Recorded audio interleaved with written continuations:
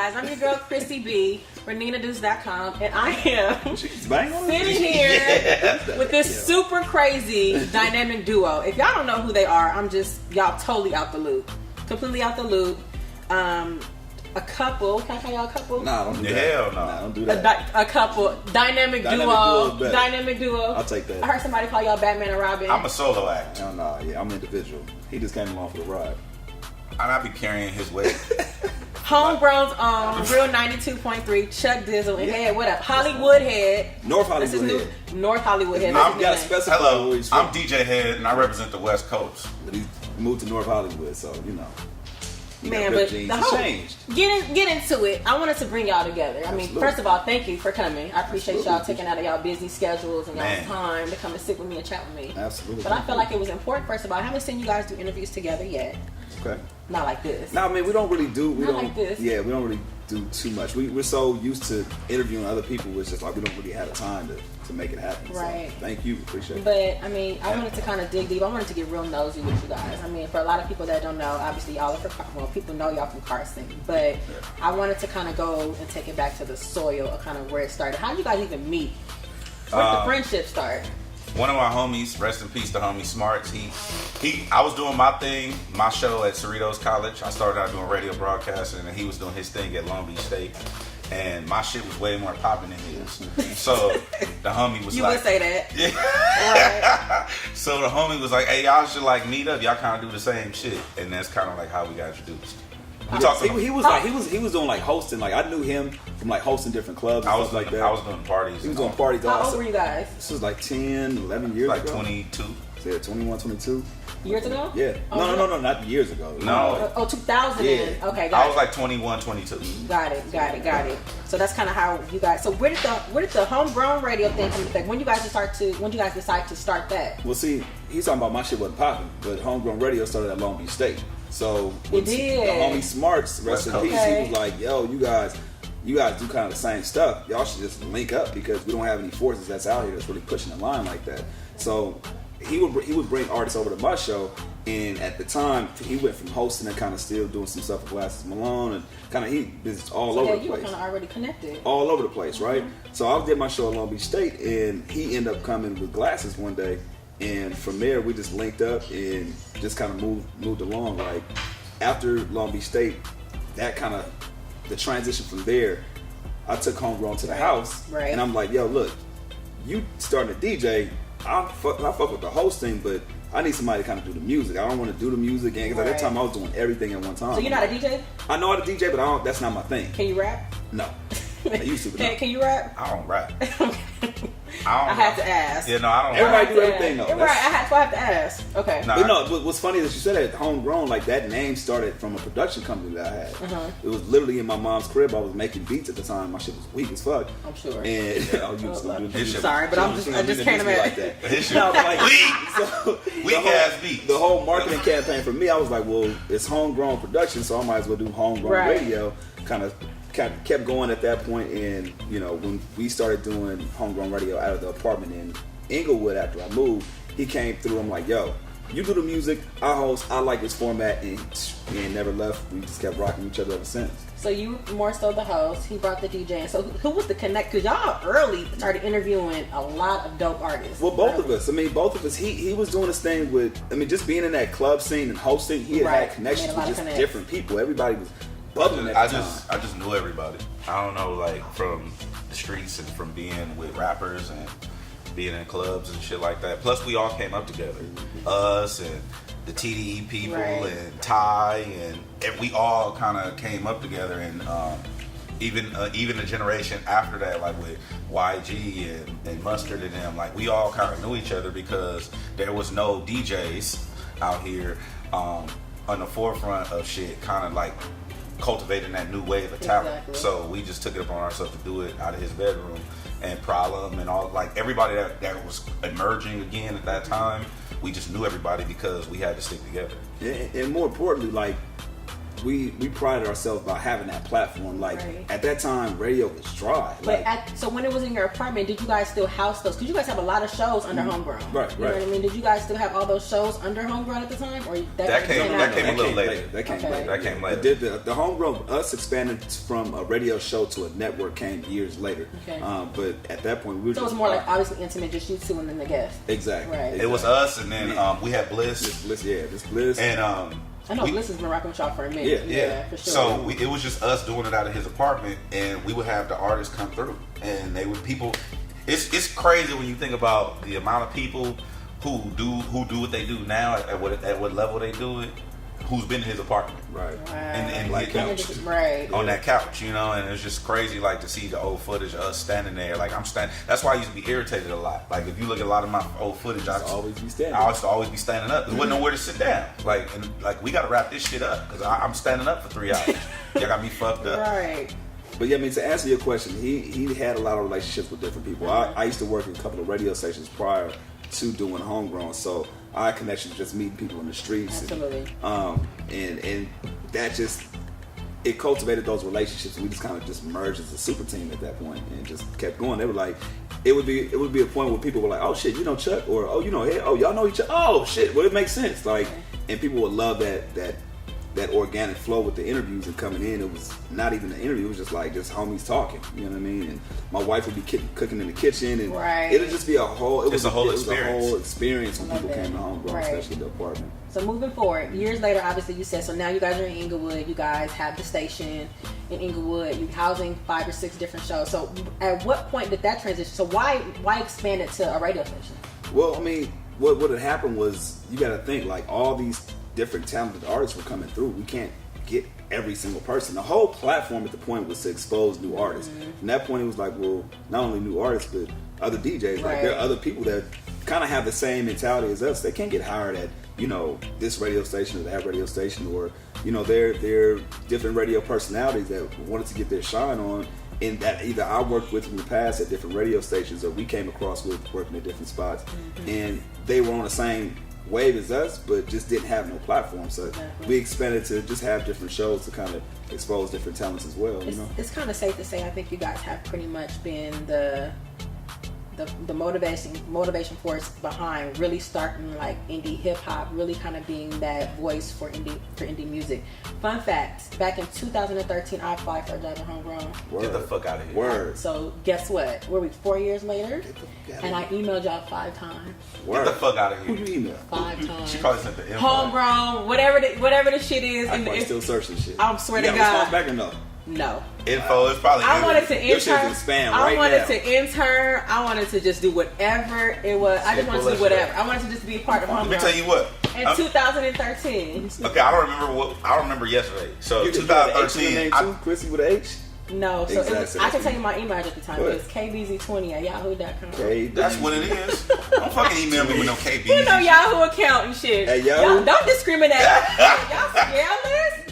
So I wanted to be a part of the movement, and I never got sick. I wasn't offended by it at all. No, but see, what happens is a lot of people reach out, and either again, sometimes we can't either get back to people, or sometimes we've gone. I can't tell you, and we'll probably get into. We went through the process of having several interns and several people come through, and it just not work out. So there was a certain time where it was like we had to kind of relax and pull back and say, okay, let's see who we have now and cultivate from the squad that we have versus try to pull people in. It not work. We exercise our resources, our energy, and our flow, and it still not work out. Because you guys have a few people working like your social media, right? Mm-hmm. Right. Social so now media. You have a full team. We got a whole squad now. Like we got a good team of hungry people, and that's the number one thing. Like when you applying, most of the time we do get people that think they want to do it. I'm not saying you. I'm just saying in retrospect, like most people they apply, like, oh, we want to do this, or they be gun ho. So our whole method is pull up. Yeah.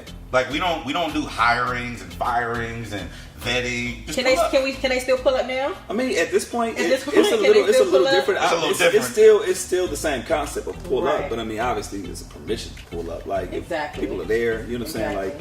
For the most part, when you like people if we hit you back and we're like, oh, if you're interested in doing this or doing that, we tell them to pull up because the thing is, it's about consistency. Like I interned at 27 years old.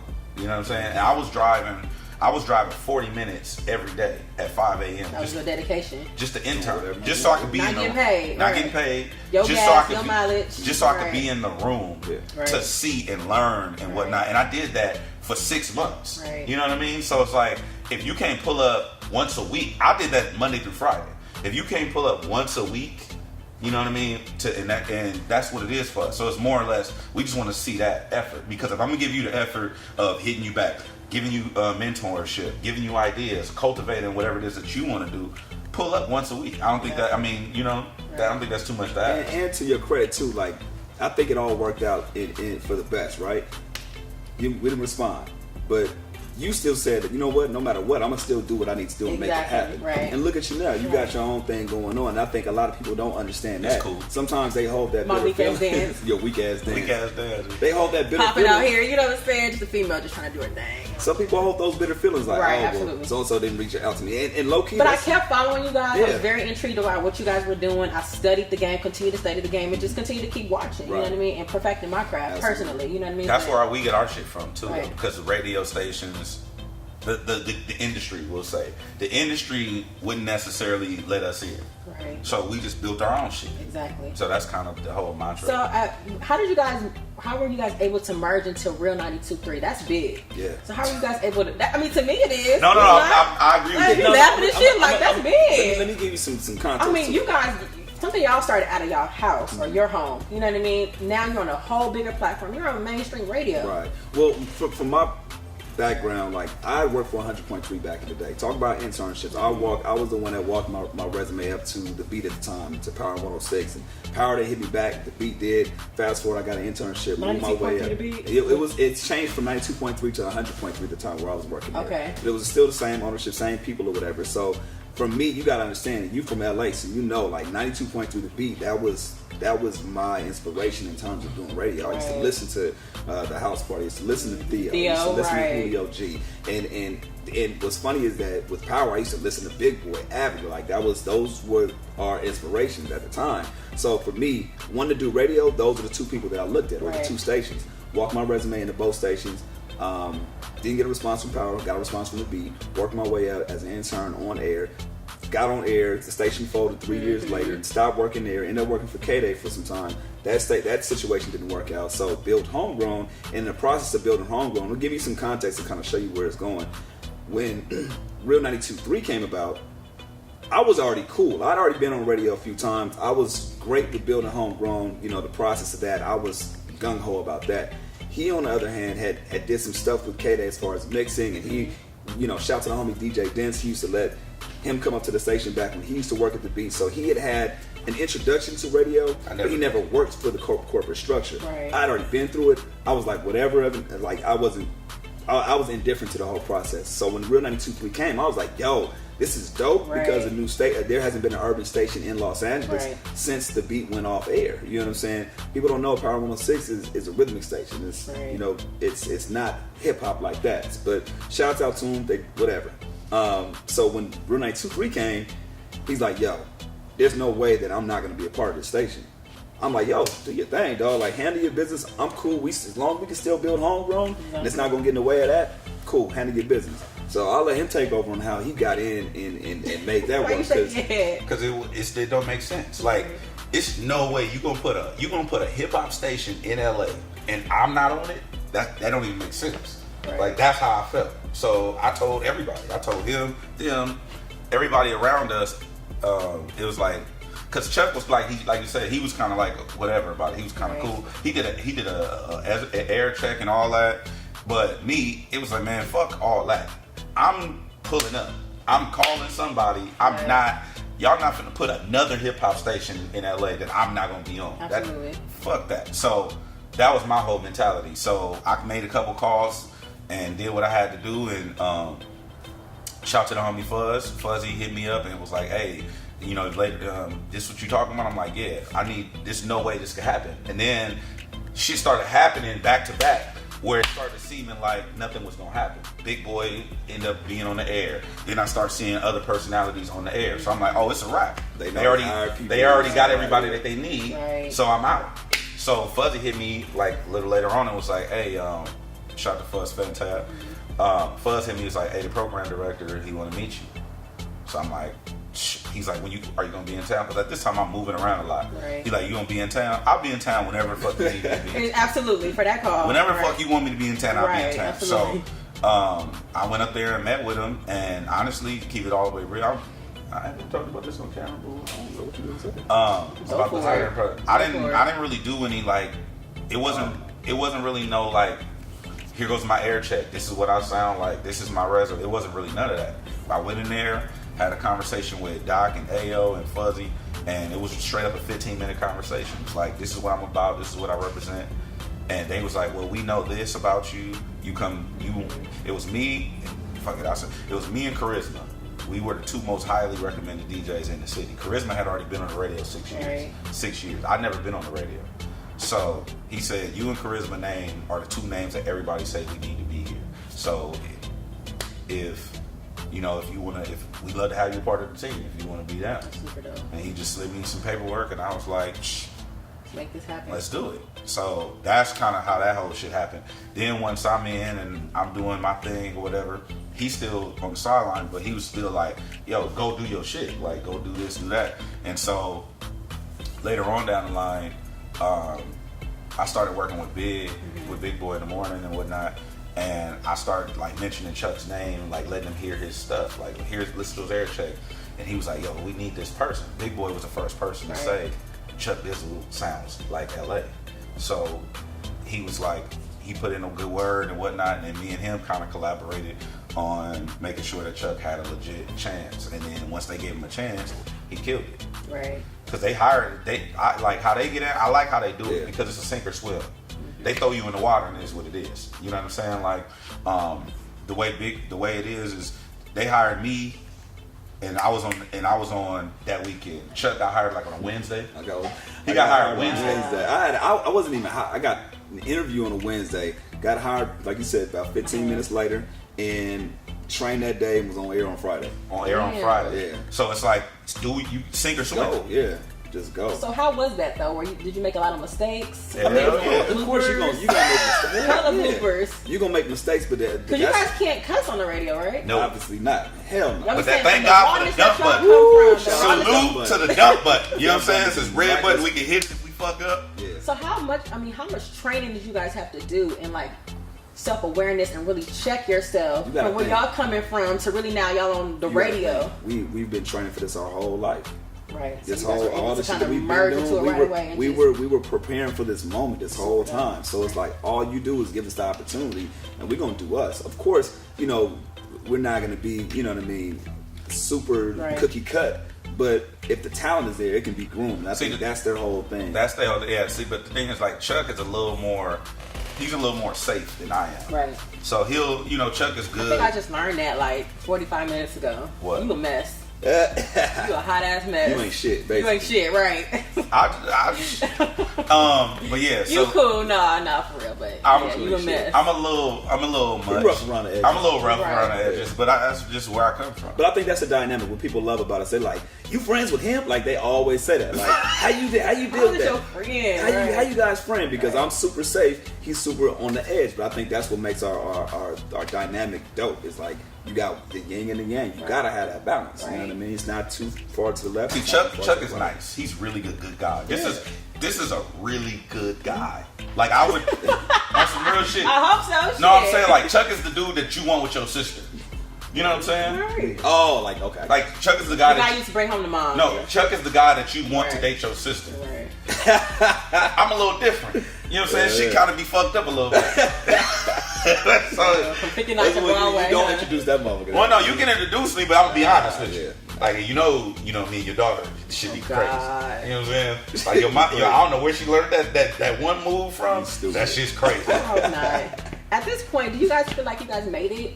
Hell no. Nah, because there's so much more. What else was I gonna say? So what else is there to accomplish? What else are you guys trying to do? How are you guys gonna expand this and make it bigger? I'll let him go first I'll go first. Mine is short. You really don't feel like you made it? Nope. Not even let's keep it clear. Like, there are certain accomplishments. Of course, being on the radio in the #2 market, that's nothing but the grace of God. Like, straight up. Like, I know at this point for me, success is being able to do what I want to do completely be happy, not have to necessarily work a 9 to 5. And I've been blessed to finally make that transition and do that. So on those terms, yes, I've made it. But when you look in the whole spectrum, like the whole grand scheme, like there's still so much more I want to do in terms of like making an impact on culture, in terms of just media, being in all aspects of media, like hosting. Just there's a lot of other things that we feel like, or at least myself, I feel like I can take over. And as a company for HomeGrown, you know, you got to think we're not as big as, let's say, an iHeartRadio or iHeartMedia. Like I'm thinking those type of goals. You know what I'm saying? Like in terms of company, like somewhere. You know, just expanding and stepping up. There's always anywhere you go, there's always something better to be. You know what I mean? That's the philosophy and the mindset that you always have to have, because if not, you're gonna get complacent. You gotta stay hungry with whatever it is. So in those terms, no, I haven't made it. But in retrospect, like looking back, like, because we're celebrating our 10 years for HomeGrown Radio. So looking back 10 years ago, it's like, hell yeah, we made it. We've expanded and done a lot of stuff, but there's so much more that can be done, you know? I'm grateful for the process, because like I remember all that shit. I want to know about the good, bad, and the ugly. Like I remember all that shit, but like, have we made it? To me, no. Like I feel like I haven't done shit. And we always had this conversation, because me and him, we actually don't understand what you see, or what they see, or what other people look at us as. Like the fact that you applied to want to intern for us trips us out. Yeah. It's like, why the fuck would you want to come here and intern? Right, because the way it looked, how I perceived it. What I'm saying is, we don't actually understand where we are. Exactly. So I know I don't. He has a little bit more understanding just because he's a little bit more sane than I am. But like, me personally, I don't actually understand where I am. I'm still pulling up to the functions. I'm still around. Like people see me all the time. So like, I don't actually understand what other people see. So I don't look at it like I made it, because to me, making it is like, you know, the what you call it, the Kevin Hart made it. You know what I mean? Like that shit is a different level of success. So for HomeGrown, I like he said, iHeart. I like what Loudspeakers Network is doing. Salute to my boy Reggie Osei, Combat Jack. Shout out to Chris. But like, I think that Hey King, I like what they're doing as far as cultivating the next wave of media, because like we started, like when our transition from the actual mix show format, what we do on the radio, to going a podcast is something that he was resistant to at first, but it's more like, this is what I'm pushing him. He's more like I said, he's content, he's settled, and he's good, he's level. I'm always pushing. Like we can get a $10 million deal tomorrow, and then by next Thursday I'm on one. Like, how we finna get a $20 million? I'm gonna get 20, right? So that's just how I am. That's how I'm built. I'm probably never gonna be satisfied in life, but that's why I don't feel like we made it, because I got, like, anything short of world domination to me is a failure. I need everything. Right. So I'm trying to kill, and I'm trying to pillage all the resources. I need some of that. I need in on that. I need in on this. All of that. So that's just how I think, me personally. Right. So now we're going into 10 years. That's amazing. Congratulations. That's super dope. 10, that's a decade. Yeah, man. Yeah. Hard work, obviously a lot of consistency. I mean, like the good, bad, and the ugly throughout the 10 years. Did you guys feel like giving up? Like, what were some of your highs and your lows during that 10 years? From then to now. Well, one of the main things for me was, you know, we were doing HomeGrown Radio out of my apartment. Right. In Lamoille, in Inglewood. And, yeah, okay, I'll just share it, because I don't really talk about this too much. But that property was my dad's, right? So in 2011, my dad passed. So at that point, it was under my understanding that we were going to be able to keep the building and kind of keep on pushing. Things didn't work out. They ended up having to sell it. Wow. And we were kind of stuck at that point, because at that point, HomeGrown was just the momentum. It was 2012. The shit was LA was booming. LA was booming. We just did the Kendrick Lamar interview. It was a lot of shit that was just going. And now we're faced with, where the fuck you gonna record? And keep in mind, you know, no money was coming in. This is all out of pocket. We've yet to make any money off. That's what people don't understand. People don't understand. There's still, we put way more money than people realize into this, and still haven't seen the return. Yeah. We have never made money on HomeGrown. It is what it is. Like you guys don't have people pay for like advertisement. Or I mean, we have stuff like that, but it's still, we still come out of pocket. It's not. We're still putting money back into the business, so it's not like, oh, we got a fat check off of this. So in that sense, so with 2012, we had to move out, And I got to salute my boy G Malone. He's been a day one supporter. We actually moved from the apartment in Inglewood to his studio on Signal Hill, and that's where we kind of housed HomeGrown for a good year and a half before we got to the spot that we're at now. But that was one of the toughest transitions. It's like, everybody knows it for the environment of the apartment. Now what's it going to look like when we change spots, for one, and then for two, within all that, the industry's changing. You know what I'm saying? The podcasts are becoming more of a thing. Right. The mixed show format is becoming more of a thing. And that was another thing we was kind of talking about, like figuring out how to adapt to what the industry is doing. Right. Not copy it, but make it your own, but still stay relevant within the trends that are going on. Right. So that was another tough thing for me. I'm like, I come from traditional radio, mixed show format, like wake up show shit, you know what I'm saying? Listening to DJ scratching, freestyles, and just loose, uncut radio, where, now it's more of like talk format. Conversation, which you gotta have. We had that element, but for me, being built within radio, sonically, I have to have music behind me. Absolutely. So when you take that away, it's like that was one of my crutches. So I had to develop having a conversation like this on radio. So those are like some of the things that kind of stand out the most as of right now. Just figuring out how to develop, how to advance, and just adapting to whatever situation you're thrown into. And like you said, it's either going to happen or it's not. Right? And you got to have, that's where that passion, that drive comes in. And I've seen a lot of people do shows. I've seen a lot of people get in the radio. I've seen a lot of people say they want it. And when they're faced with those kind of adversities, they fold. Yeah. And it shows you, okay, well, this may not have been what you wanted to do. And it's no shot, nothing wrong. You go in and do something even better, or you change positions.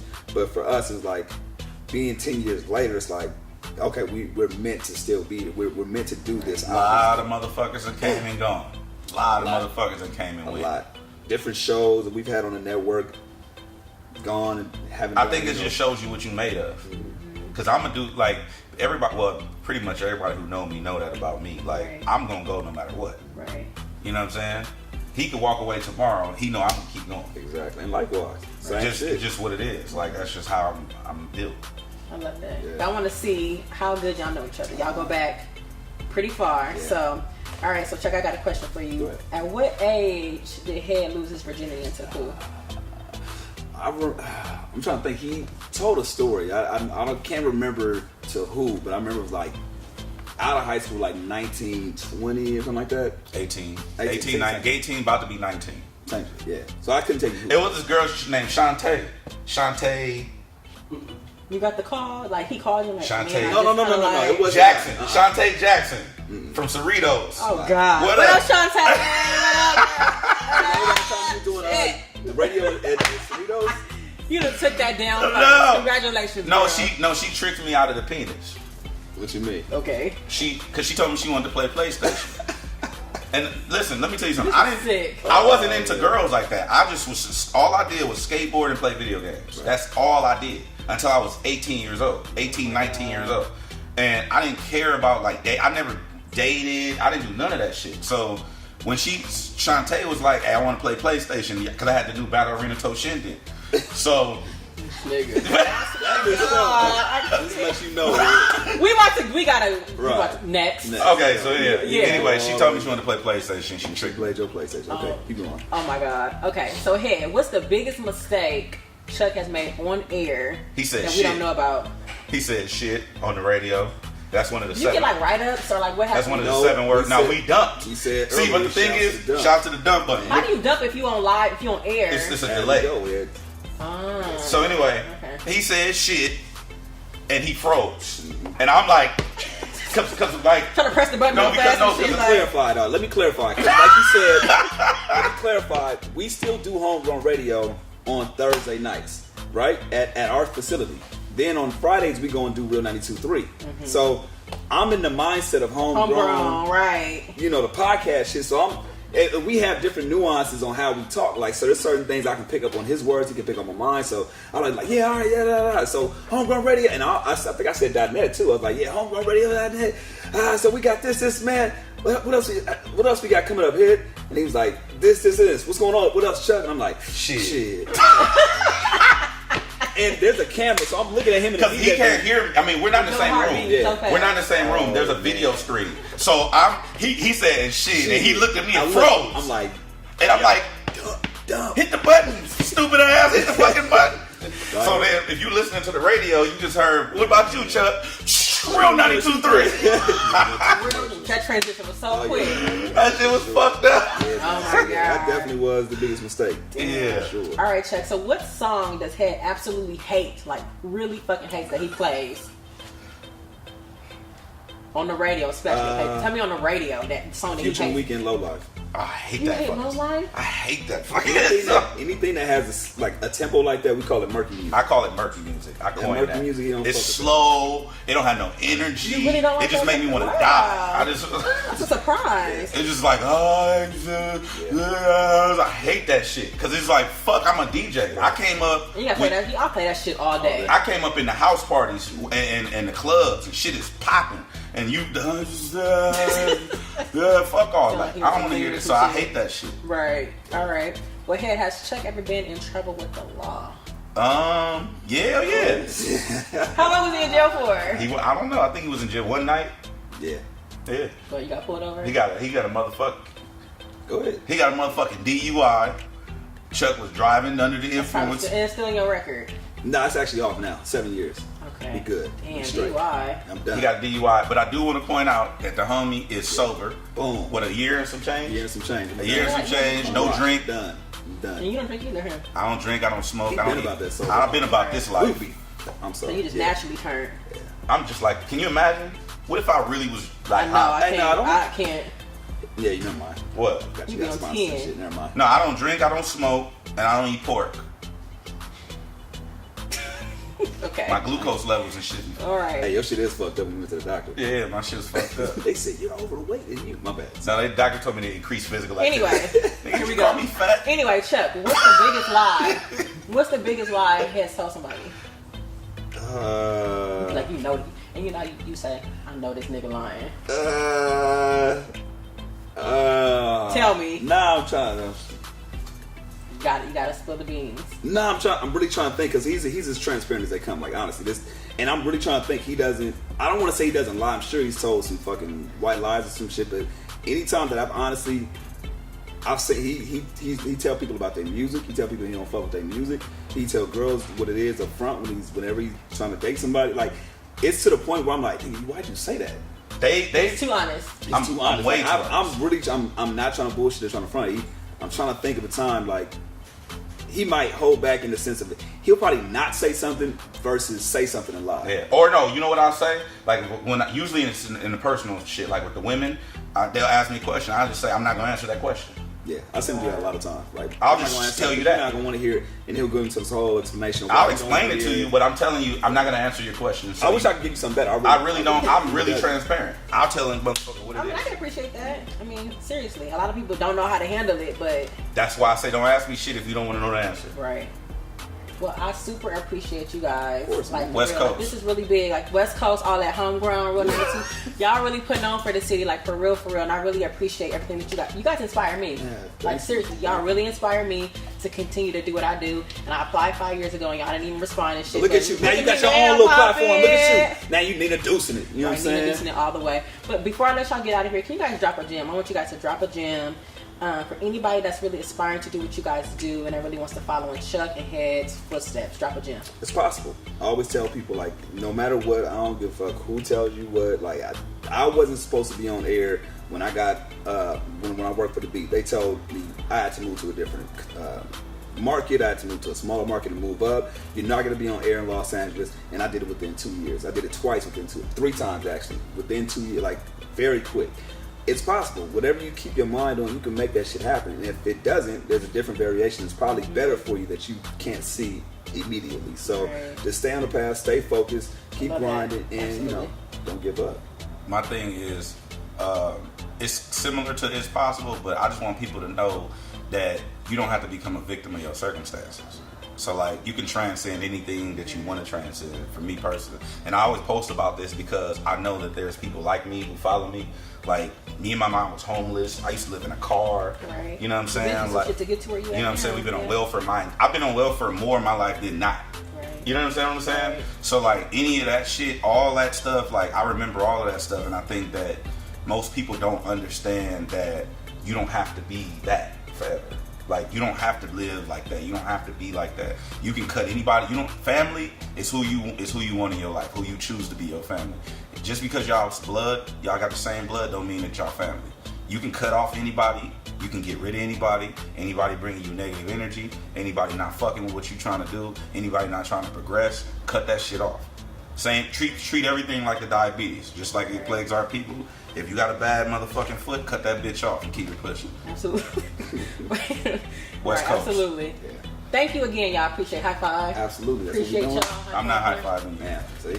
He gonna get me on my own shit. Anyway. High five.